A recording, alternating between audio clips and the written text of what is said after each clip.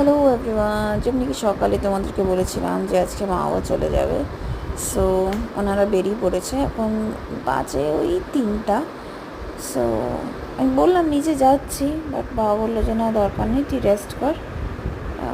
তারপরে তো ডেলি খাটাখাটনি হয়, তুই ঘরের থেকে দেখ। তো এখান থেকেই যেহেতু অটো স্ট্যান্ডটা আমি মানে দেখতে পাই, তো ওই জন্য এখান থেকেই দেখছি আর কি। ওনারা বেরিয়ে গেল।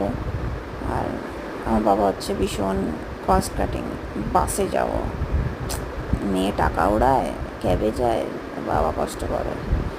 যাই হোক, শিখছি, বাবার তো এখন অনেক কিছু শিক্ষা বেঁচে আছে। সো এখনও আই থিঙ্ক ওনারা বেরোলো, ওই তো বাবা যাচ্ছে।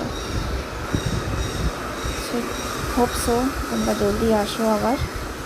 অ্যান্ড ঘরটা এখন থেকেই আমাকে অনেক ফাঁকা ফাঁকা মনে হচ্ছে, বাট ওনারও দরকার, ওখানে কাজ বাজও আছে। তো বললাম তো জলদি আসবে। কাল থেকে আবার কাজ বের, আজকে যেহেতু সানডে, আর এখনই বেরালো, এতদিন থাকার পরে জন্য বেশি খারাপ লাগছে। সো মিস ইউ মা বাবা, and hope a happy journey.